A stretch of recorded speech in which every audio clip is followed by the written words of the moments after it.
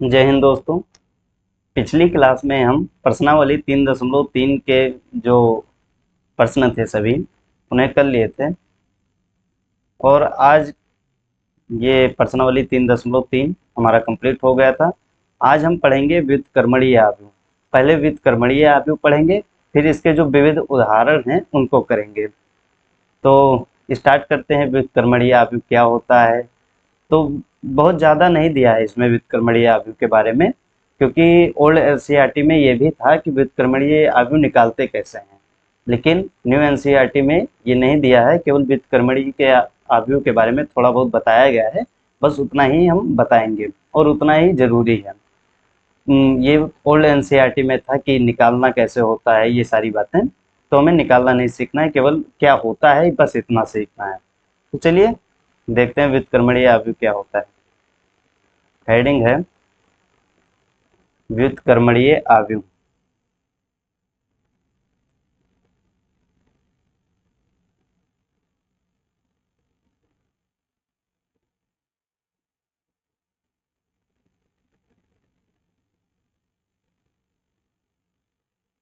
ठीक,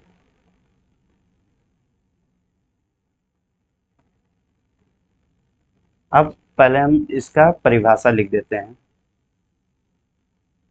परिभाषा क्या है, इसका मतलब क्या होता है वो एक हिसाब से हुआ। दो समान कोटि के वर्ग आव्यूह ए तथा बी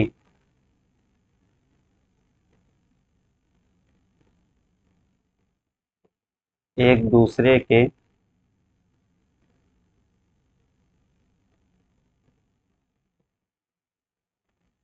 व्युत्क्रम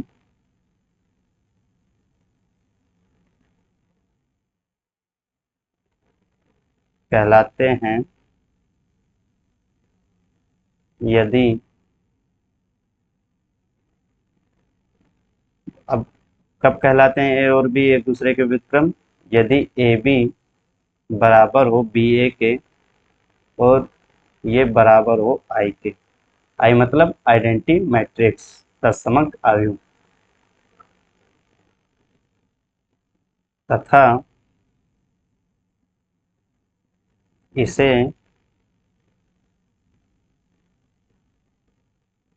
ए बराबर बी इनवर्स और बी बराबर ए इनवर्स से निरूपित करते हैं।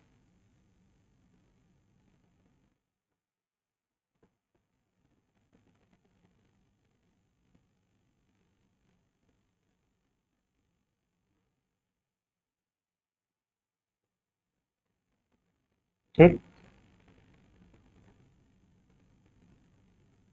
अब पहले लिख दें पूरा, फिर समझाते हैं क्या है।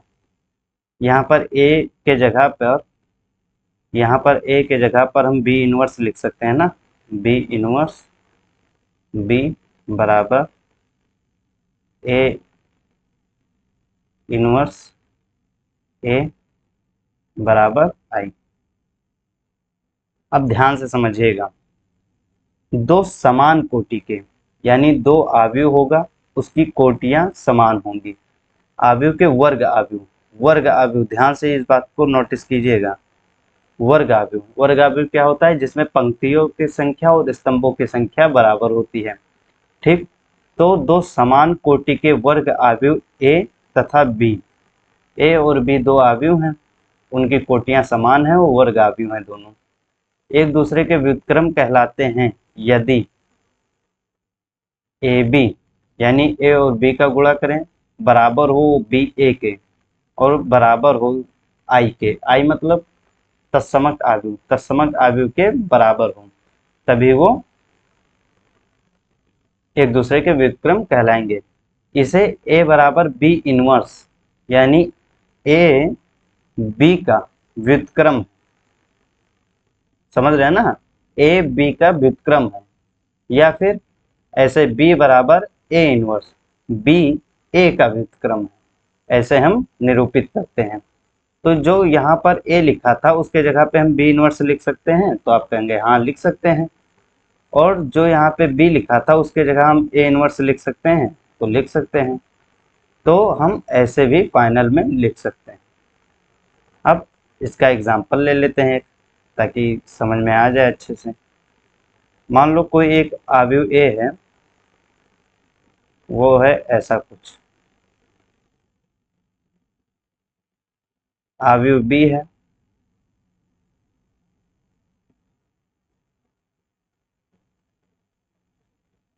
वो है ऐसा कुछ। ठीक, अब ए बी निकालते हैं।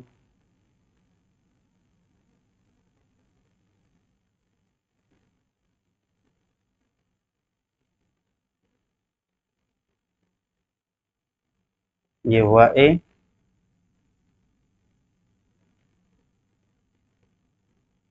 ये है बी। ए बी निकालते हैं, क्या आता है देखते हैं। दो को पहली पंक्ति को पहले स्तंभ से करेंगे तो 4 - 3 1, और फिर दूसरे स्तंभ से करेंगे -6 प्लस का 6 0, ये भी 0 हो जाएगा और ये 1 हो जाएगा। अब बी ए निकालते हैं। 2 -1 -3 2 2 1 3 2। पहली पंक्ति को पहले स्तंभ से करेंगे, 2 को 2 से करेंगे 4 - 3 1 प्लस का 6 माइनस का 6 0, ये भी 0, ये 1। अब आप यहाँ पर देख सकते हैं कि ए बी और बी ए एक दूसरे के बराबर हैं और दोनों आइडेंटी मैट्रिक्स के बराबर हैं। आइडेंटी मैट्रिक्स यानी तत्समक आव्यूह। तो ए और बी एक दूसरे के व्युत्क्रम होंगे। ठीक,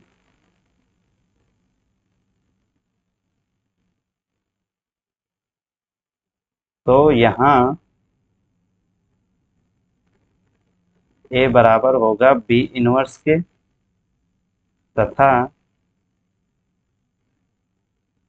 बी बराबर होगा ए इनवर्स के।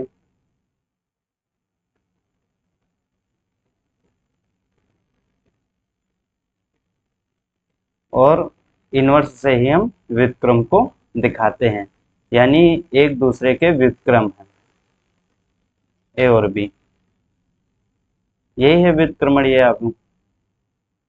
इसका एक प्रॉपर्टी होता है, गुणधर्म, उसे आप याद कर लीजिएगा कि ए बी का अगर हम इनवर्स निकालेंगे तो वो बी इनवर्स ए इनवर्स के बराबर होता है।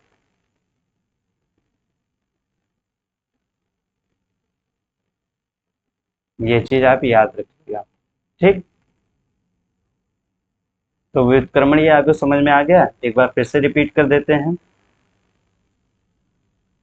व्युत्क्रमणीय आव्यूह दो समान कोटि के वर्ग आव्यूह। दो आव्यूह होंगे, हम मान लेते हैं ए और बी, दोनों की कोटियां समान होंगे और वर्ग आव्यूह होंगे।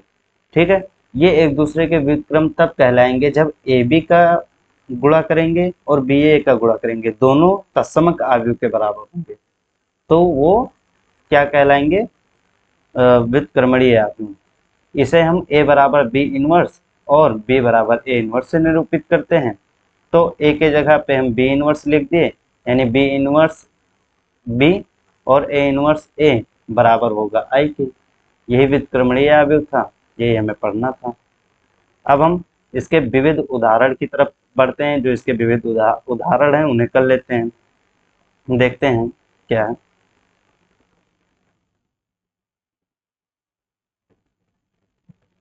ये जो अभी बताए हैं उसके बारे में यहाँ पे दिया गया है।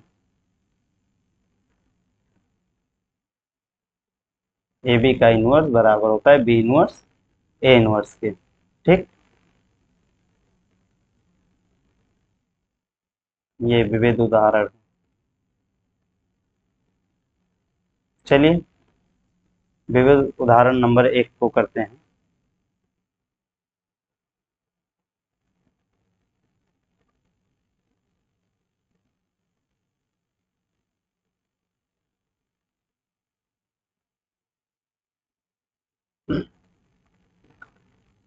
क्या कह रहा है उदाहरण? यदि ए और बी समान कोटि के सममित आव्यूह हैं, ध्यान से सुनिएगा, यदि ए और बी समान कोटि की, कोटि समान है और सममित आव्यूह है। सममित आव्यूह का क्या मतलब होता है कि ए का ट्रांसपोज ए के बराबर है तथा बी का ट्रांसपोज बी के बराबर है। यही मतलब हुआ सममित आव्यूह का, और यही हमें दिया गया है। अब आगे पढ़ते हैं। तो दर्शाइए ए बी सममित है यदि और केवल यदि। यदि और केवल यदि का क्या मतलब हुआ? यदि और केवल यदि का मतलब ये होता है कि पहले हमें ये मानना होगा कि ए बी सममित दिया है, ये चीज हमें दी है, ए बी सममित हमें दिया है सवाल में, और हमें ए बी बराबर बी ए सिद्ध करना है। ठीक, फिर हमें ये मानना है दूसरे स्टेप में, ये 2 स्टेप का सवाल होता है। दूसरे स्टेप में हम ए बी को मान लेंगे कि ए बी बराबर दिया है बी ए के, और हम ए बी को सममित दिखाएंगे। कहने का मतलब ये है, एक बार इसे मान लेंगे कि हमारे सवाल में दिया है और इसे सिद्ध करेंगे, फिर एक बार इसे मान लेंगे कि ये दिया है और इसे सिद्ध करेंगे। ठीक, तो यही है सवाल। चलिए करते हैं, हाईलाइट कर देते हैं जो जो हमें इम्पोर्टेंट है हमारे मत क्वेश्चन को सॉल्व करने के लिए। लिखेंगे हल। ये एक हिसाब से फर्स्ट पार्ट बोल दो इसका। दिया है, लिखेंगे ऐसे, बिल्कुल सेम ऐसे हमें एग्जाम में लिखना है। दिया है ए बी सममित है, सममित है।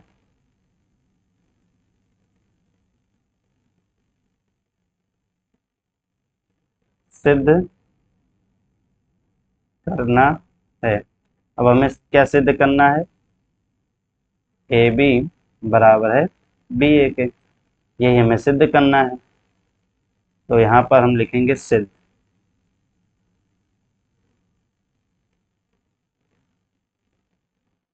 ठीक, अब हमें दिया क्या है? ए बी सममित है। सममित का क्या मतलब? यानी ए बी का अगर हम ट्रांसपोज निकालें तो वो ए बी के बराबर ही आएगा। सममित आव्यूह यही होता है, किसी आव्यूह का अगर हम ट्रांसपोज निकालते हैं तो उसी आव्यूह के बराबर आ जाए, उसे सममित आव्यूह कहते हैं। तो यानी ए बी का जब हम ट्रांसपोज निकालेंगे तो वो ए बी के बराबर ही आ जाएगा। ठीक, ये हमें दिया है, गिवन है। और हम एक चीज और जानते हैं, ए बी का अगर हम ट्रांसपोज लें तो वो बी डैश और ए डैश के बराबर होता है। ये गुणधर्म नंबर 4 आपको हम बताए थे। ठीक, यानी बी डैश बी का ट्रांसपोज और ए के ट्रांसपोज के गुणनफल के बराबर होता है।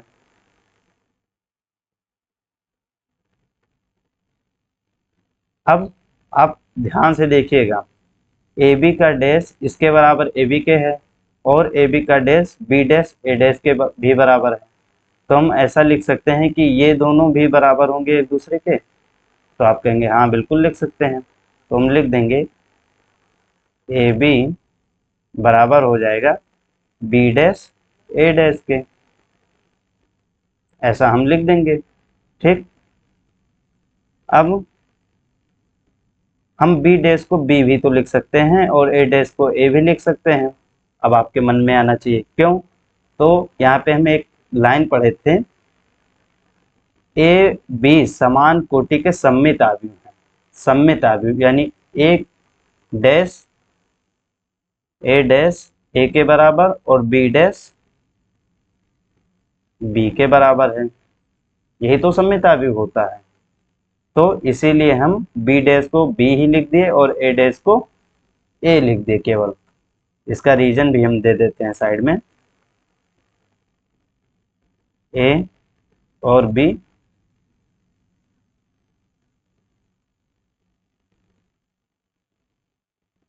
सममित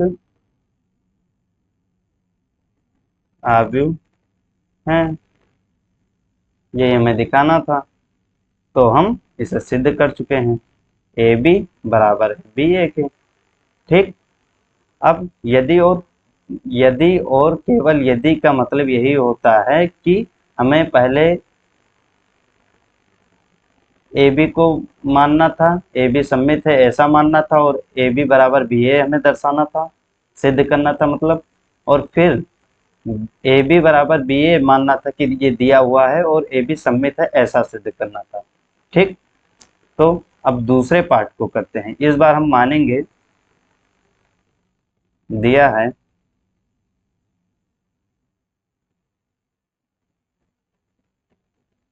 ए बी बराबर है बी ए के। सिद्ध क्या करना है?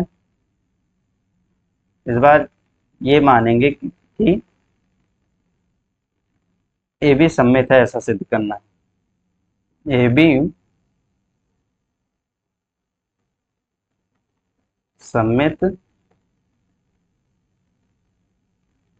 है ऐसा हमें सिद्ध करना है। अब हमें ऐसा सिद्ध करना है कि ए बी सममित है। तो इसका क्या मतलब क्या हुआ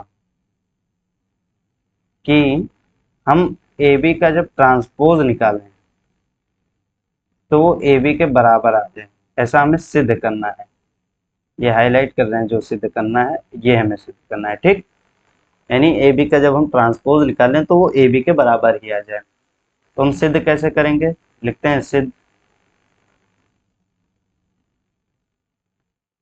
अब इसके एलएचएस को ले लेंगे। ठीक, लेफ्ट हैंड साइड को।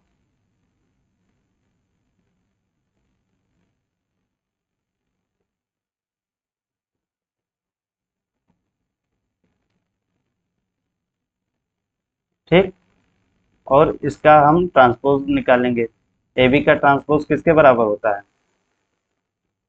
B transpose A transpose. ठीक। अब बी ट्रांसपोज को हम बी लिख सकते हैं और ए ट्रांसपोज को ए लिख सकते हैं। क्यों? क्योंकि ए बी सममित है। अभी बताए थे आपको।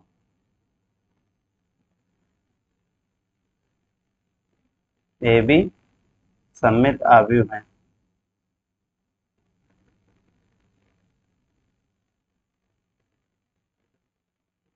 ठीक।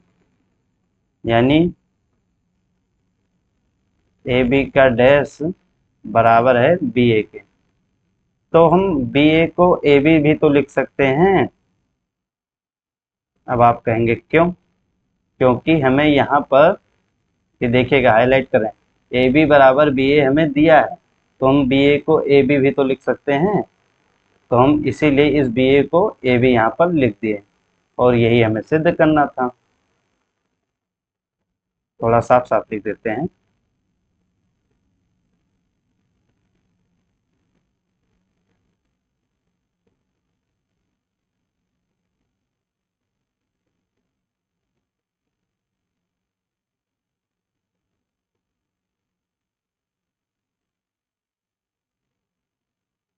ठीक।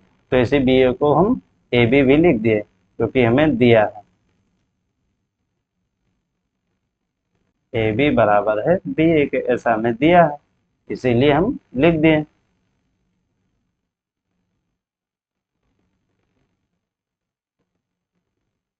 इति सिद्धम, यानी हम सिद्ध कर दिए। ठीक, समझ में आया? एक बार हम फिर से समझा देते हैं। यदि कोई ए बी सी ए और बी समान कोटि का सममित आव्यूह दिया था, हमें ए बी को सममित मानकर ए बी बराबर बी ए सिद्ध करना था, तो ये कर दिए हम उसे। फिर हमें ए बी बराबर बी ए मानना था कि ये दिया हुआ है और ए बी को सममित सिद्ध करना था। तो हम यहाँ पर ये ए बी को सममित सिद्ध कर दिए। हम लिख भी देंगे थोड़ा सा यहाँ पर, यहाँ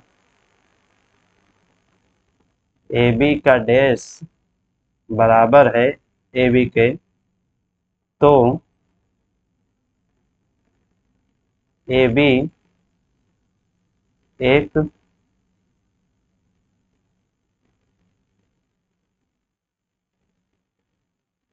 सममित आव्यूह है। ठीक, तो ये सिद्ध हो गया। अब अगले उदाहरण की तरफ बढ़ते हैं।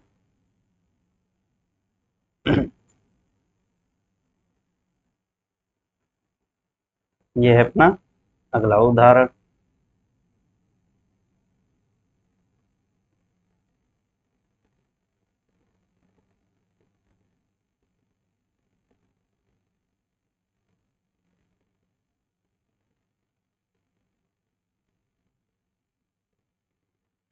ध्यान से देखते हैं हम। मान लीजिए, पढ़ते हैं क्वेश्चन को। मान लीजिए ए कोई आव्यूह है, बी कोई आव्यूह है और सी कोई आव्यूह।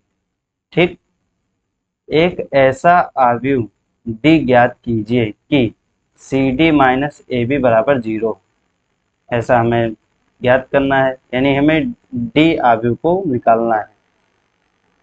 करते हैं, आप लिखेंगे हल।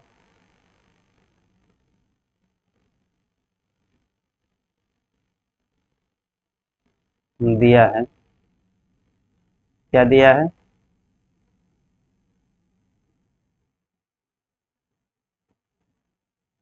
सी डी माइनस ए बी बराबर 0। 0 का मतलब हुआ यहाँ पर शून्य आव्यूह। ठीक है, जीरो मैट्रिक्स। अब सी क्या है अपना, मान रखते चले जाएंगे। सॉरी, सी के जगह पे सी रख देंगे। 2, 5, 3, 8, ये हो गया सी। हम डी को मान लेते हैं ए, बी, सी और डी। रुक जाइए, हम थोड़ा सा दिखा भी दें कि हम डी को माने हैं ए बी सी डी। माना, एक सेकंड।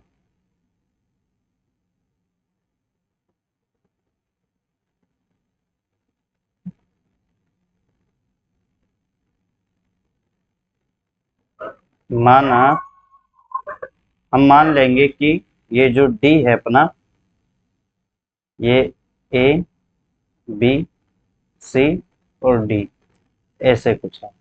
ठीक, ये हम डी मान लिए और हमें दिया था C D minus A B. तो सी और डी के जगह पे डी, माइनस ए क्या है अपना 2, 3 माइनस 1 4, बी क्या है 5, 7, 2, 4, ये बी है, बराबर शून्य आव्यूह। शून्य आव्यूह क्या होता है? सभी अवयव 0। ठीक, ऐसा कुछ हमें दिया है। सॉल्व करके ए बी सी डी का मान निकाल लेंगे। गुणा करते हैं इसका।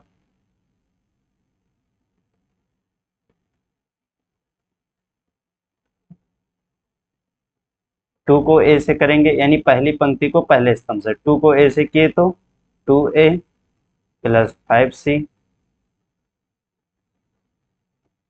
फिर दूसरे पंक्ति से, पहली पंक्ति को दूसरे स्तंभ से करेंगे 2b प्लस 5d। अब दूसरी पंक्ति को पहले स्तंभ से करेंगे 3a plus 8c, 3b plus 8d, minus इन दोनों का गुणा कर लेंगे। 2 को 5 से करेंगे 10, 10 माइनस 7, 3। अब दूसरे स्तंभ से करेंगे तो 4 माइनस 4 0, 15 और 28, 15 और 28 43 ही होगा। अब 3 को 2 से करेंगे तो 6 और 16, 16 और 6 22 बराबर 0 0 0 0। ठीक।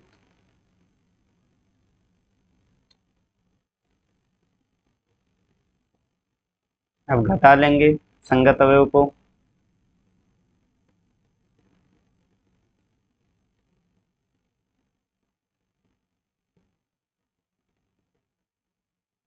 2a प्लस 5c माइनस 3,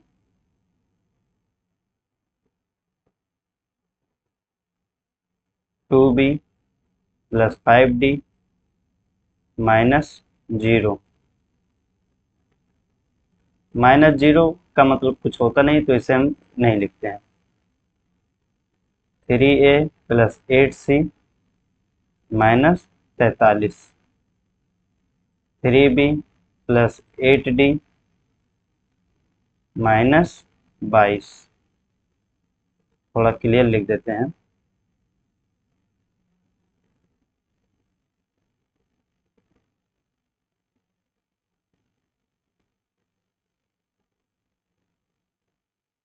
बराबर 0 0 0 0। संगत अवयव की तुलना कर लेंगे। संगत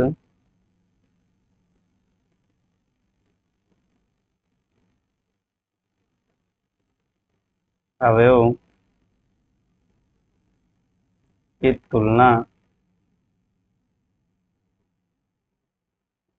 करने पर, संगत अवयव की अब तुलना कर लेंगे तो क्या आएगा? 2a plus 5c minus 3 is equal to 0। तो इसे हम क्या लिख सकते हैं? 2a plus 5c is equal to 3। ये हो गया इक्वेशन फर्स्ट, यानी समीकरण फर्स्ट। फिर 2a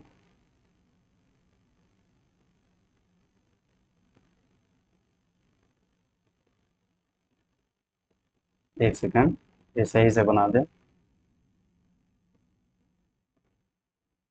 ये है equation first.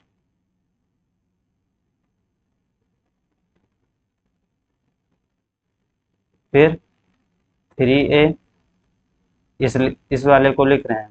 3a plus 8c minus 43 बराबर 0 है, तो उधर जाएगा तो प्लस का 43 हो जाएगा। तो 3a प्लस 8c बराबर प्लस का 43। इसे मान लेंगे समीकरण number 2।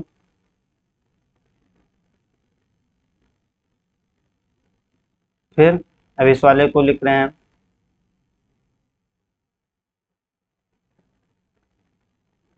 2b plus 5d is equal to 0। अब सबसे लास्ट वाले को लिखेंगे। तो माइनस का 22 है, उधर जाएगा तो प्लस का 22 हो जाएगा। 3b plus 8d is equal two plus का 22। ये है समीकरण नंबर 3 और ये है समीकरण नंबर 4। अब समीकरण 1 और 2 को, यानी इन दोनों को हम सॉल्व करके ए और सी निकाल लेंगे, और 3 और 4 को सॉल्व कर बी और डी निकाल लेंगे, जिससे हमें डी पता चल जाएगा। ठीक, डी आव्यूह हमें पता चल जाएगा, क्योंकि ए बी सी डी चारों पता चल जाएंगे। तो पहले समीकरण 1 और 2 को हम सॉल्व करते हैं। तो समीकरण 1 में हम 3 से गुणा करते हैं, तो ये हो जाएगा 6a प्लस 15c बराबर 9। 3 से गुणा किए हैं। अब समीकरण 2 में हम 2 से गुणा करते हैं, तो 6a plus 16c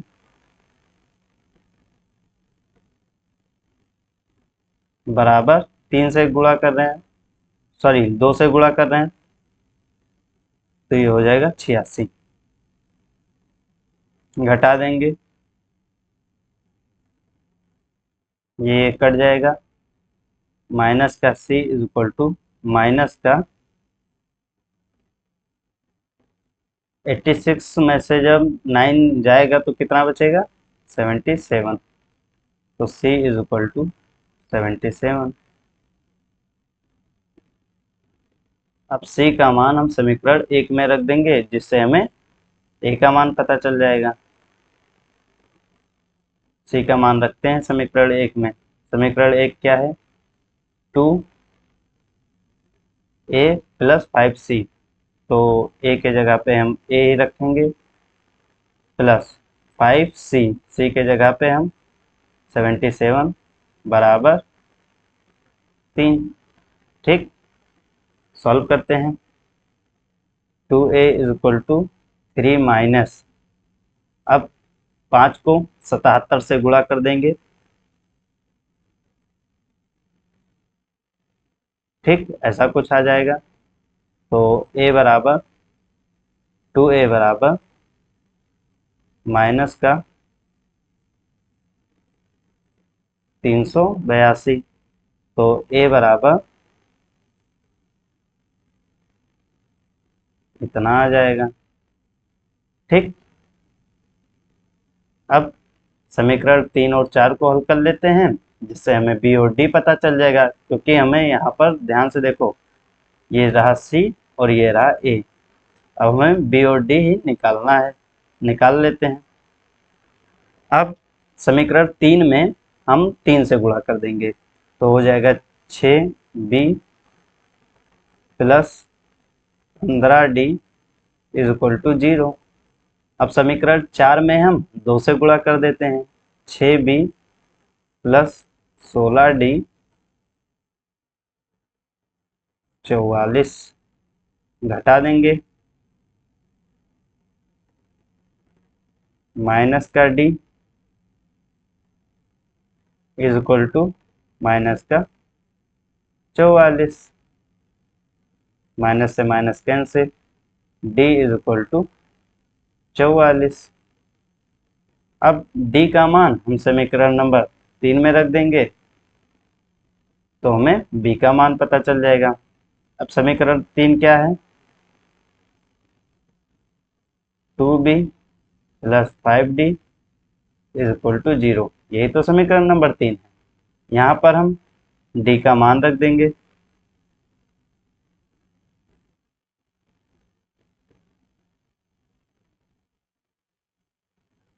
2B is equal to minus का 220 आ जाएगा। तो B is equal to, B थोड़ा सही से बना दें, B is equal to minus का 110। ये अपना B आ गया।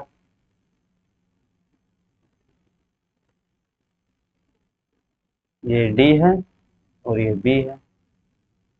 अब हमें A B C D चारों चीजें मिल गई है। अब हम लिख सकते हैं, तो आव्यूह D बराबर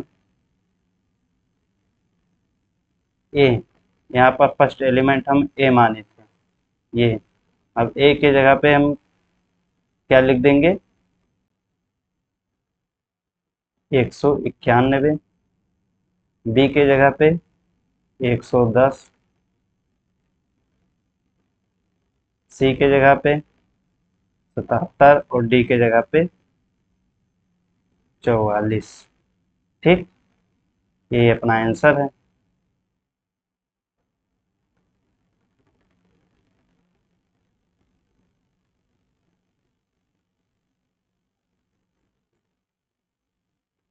हाईलाइट कर दे रहे हैं इसे।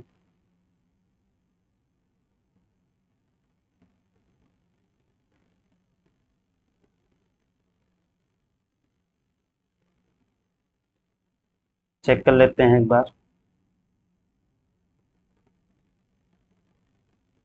सही है। तो आज हम क्या क्या पढ़ लिए हैं? आज हम ये समझ लिए हैं कि व्युत्क्रमणीय अवयव होता क्या है, और इस चैप्टर के जो विविध उदाहरण थे उन्हें कर लिए हैं। तो आज के लिए इतना ही रखते हैं। चलिए हम देख लेते हैं होमवर्क क्या क्या है आपका। जो आज पढ़ाया गया है, व्युत्क्रमणीय अवयव और 2 उदाहरण करवाए गए हैं। उसे आप रफ पे एक बार रिवाइज कर लीजिएगा। ठीक। और आपका एक होमवर्क रहेगा, प्रश्नावली 3.2 कंप्लीट आप रफ में निकाल लेंगे। प्रश्नावली 3.2 निकाल लीजिएगा, क्योंकि आप रफ का काम करते जाएंगे तो आपका रिवीजन होता चला जाएगा, आपको पता भी नहीं चलेगा। तो ये आपका होमवर्क है। तो नेक्स्ट लेक्चर में हम विविध प्रश्नावली के प्रश्न करेंगे। तो आज के लिए इतना ही। जुड़े रहिए ऐसे, और हम धीरे धीरे अपने सिलेबस को कंप्लीट कर रहे हैं, और समय पे कंप्लीट हो जाएगा और समय पे हम रिवीजन भी कर लेंगे और अच्छा स्कोर भी ले आएंगे। तो आज के लिए इतना ही। Thank you so much.